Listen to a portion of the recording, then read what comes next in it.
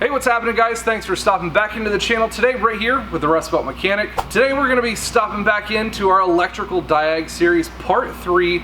We've already gone through the basics of how a circuit works, how the 12-volt systems work, and the basics of the tools and how to diagnose them with Ohm's law, some uses with tools in the test lights, and some meter use as well. Today we're going to be going over the wiring diagrams, the components that are going to be in those systems, and the symbols that you're going to see within the wiring diagrams that show those components as well. Let's go get into it.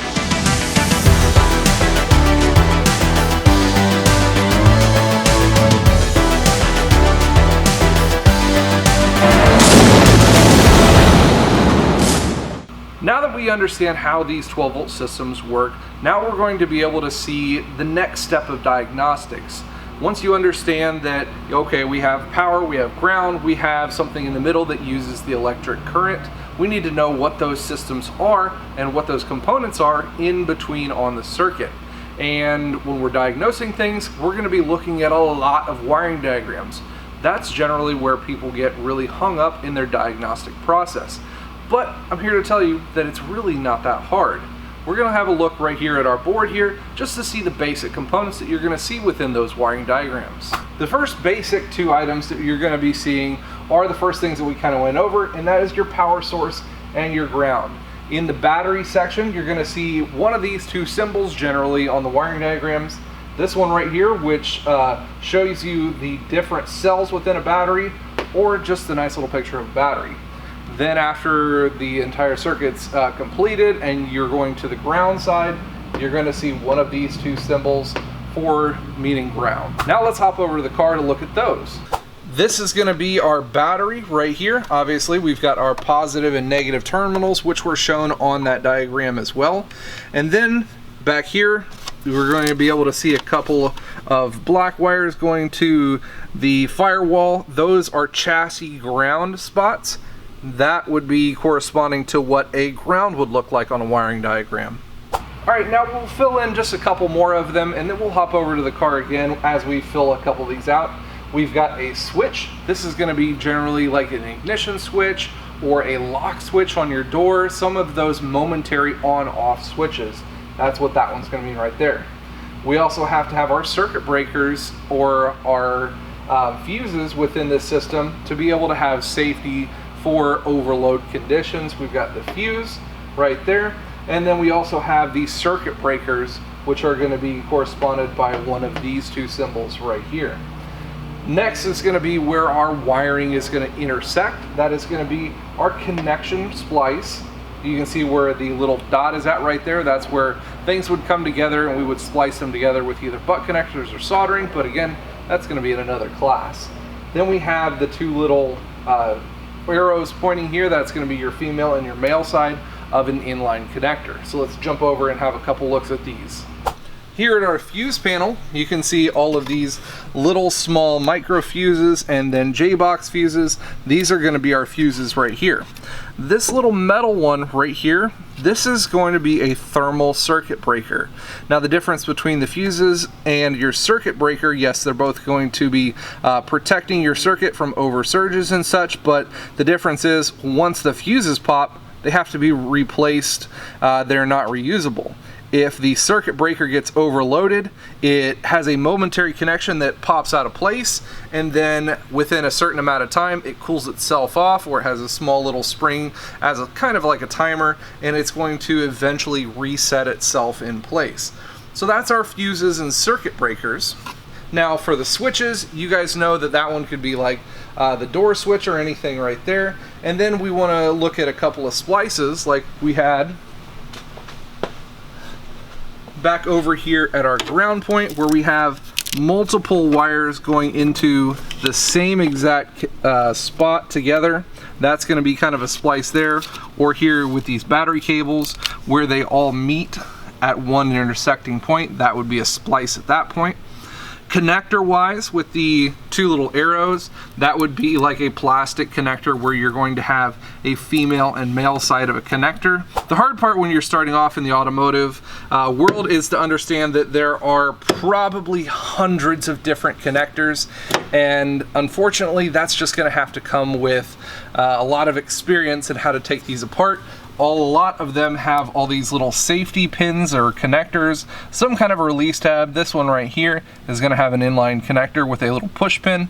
You're going to push on that one to be able to pull your connector apart and have a male side and a female side within the connector. The next line of these are going to be pretty simple to go through as well, and it's things that we've kind of already gone through. We can see our lamp right here. We've got a single X within that little circle, or if you have a dual filament bulbs, you'll have like an oval with two X's inside of it. The X's are going to be for your filament lamps. We can see our motor right here. That one's original. We're going to make a circle and put an M inside of it. Not very hard right there. That's going to be like your starter motor, might be a window motor, anything that uses an electrical current motor, that's what that one's going to be. Our resistors, you've got a sharp point squiggly line within the middle of your two intersecting lines.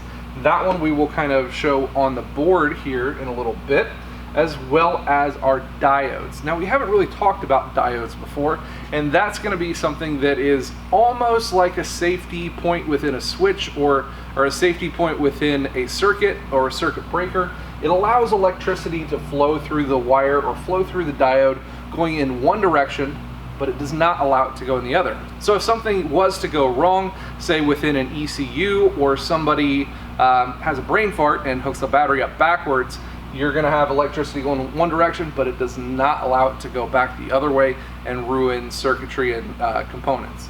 So that's what a diode is. The relay, we went through that one in the last episode. That one's pretty simple. A speaker, also, you guys know what a speaker is, know what that one does, makes sound. Next one is going to be a potentiometer. Now when we're talking about a potentiometer, we've got our SP Tools SP81444 light right here.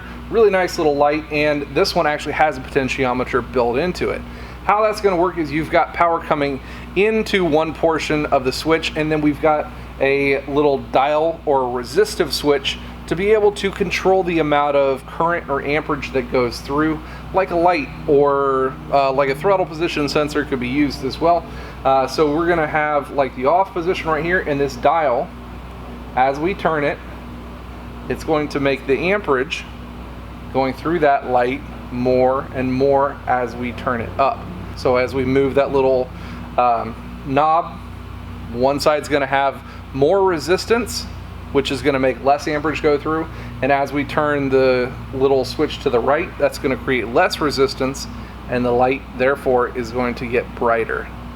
Next up on our third line of items here, we've got a heater element. Now where you see a heater element within an oxygen sensor, they have to have a coil of wire that is going to, once you add current to it, is going to heat up. That's going to heat up the O2 sensor to make it conductive and be able to read the oxygen within the exhaust a lot easier. So you've got a heater element right there. An LED kind of looks like what we see over here with our diode, but it's within a circle, and we have a little arrow facing out of it. That just means there's light coming out of it. It is kind of like a resistive diode that creates light. So we saw an LED within our test light on the last video, making a little light, but it takes very little current to make that one light up. Now we've got our coil. Now the coil is pretty simple. On our little test platform up here, we're going to be seeing it here in a little bit, where it's going to be acting like our ignition coil on the test platform. That's going to have a large amount of current going through it, and it's going to conduct electricity to a different format or spark within that coil. Next is going to be a solenoid. Now that one is using a couple of different things that we've already talked about. When we talked about relays, you had that coil winding that it's going to be making an electric field, which then pulls the little switch over to engage an electrical current to another side of the switch. About the same thing within a solenoid, except it's going to be doing some kind of an action or opening some kind of a valve. let's jump over to the card to see a solenoid. Really good option of a solenoid is going to be like our purge and vacuum solenoids right here on the motor, and right here as well. You're going to have one electrical connector right here that is going to have the coil winding that once it is electrically activated, it is going to pull a little plunger towards that magnetic field and therefore open up a valve or open up the port that goes into the intake to allow evaporative gases to flow into an intake. These solenoids can be multiple things. We've also got an IAC motor, which is kind of like a stepper solenoid, and then, like I said, all over the vehicle we've got all kinds of different solenoids where you can use electric current with the magnetic force to open up some kind of valve or move some kind of arm. Next, we've got our fusible link. Now, this one is pretty much just like a fuse. It's going to be a one-time use circuit breaker that if for some reason it gets over current or the wrong direction of current, it will blow. Now, the fusible link is a much larger version of a fuse. It's pretty much just going to be in line with a major battery cable, usually going from the alternator back to the battery to keep the overcurrent from occurring. Say if our internal portions of our alternator fail and it puts way too much current back into the battery, we don't want that bringing too much current and blowing our battery up, so that fusible link will then burn through on the inside and not let any current go through that large diameter wire. Next to, I don't know if you guys understand what a clock spring is. We've got this little coil winding right here. Now on a clock spring, that is going to be between your steering wheel and the steering column. I'm not going to be able to show it to you guys because it's kind of buried in the middle of the steering column, but it represents, this winding would be like a coil ribbon winding of wiring. So that way I've got all these steering wheel functions and buttons on my steering wheel, and when I turn the steering wheel, it's going to kind of wind or unwind and allow me to still have the wrap of wiring between the column and the steering wheel without those wiring kind of breaking when I'm turning the wheel. So that's your clock spring, and then last thing here is going to be just a generic gauge. Obviously we've got wiring coming in. This is going to be some kind of a resistor within our gauge to be able to show a value of, like on a fuel gauge, empty or full, and that's going to be within the wiring diagram to show you what a gauge is. Now we're going to jump into our E-Trainer Junior to show a couple of different circuits that are already all set up for us. This is going to be like our fully running vehicle. Now we've got a couple of the different symbols that we've seen before. Here we've got our battery with the chassis ground coming to the battery. You guys can see a couple of other grounds within the circuit.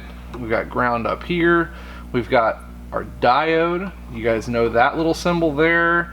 We've got our relay with the coil winding and the little switch there.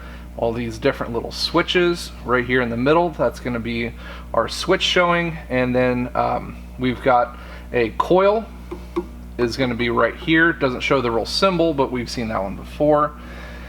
And then this right here is going to be our throttle position sensor. This is going to be like our potentiometer within what we were showing earlier on there. Our fuel pump is going to be our little motor up in this section. This is going to be a fuel injector, and this little guy right here, that is going to be an LED that we're going to show you as well. So we've got a fuse. That is what our power is going to go into here and through our battery, and then we've got our first switch. So this is going to be like our ignition switch of our vehicle. If we go up here, our lights are able to turn on without the ignition switch being on. So we've got the power that comes on to our light. How you could see that one is going from our positive. We've got the little dot right here. That is going to be significant because that is our connection or our splice point. We've got power coming in here and then splicing off 3 different directions. Where the light comes up, following this line, giving power then to this switch and this switch as well. We have this one turned on, which then feeds power across here to our bulb. After it goes through our bulb and uses the electricity, goes all the way through and eventually to our ground point right over here at ground. So that's the general I guess, overview of a circuit. So let's do a couple more things on here to kind of turn our car on.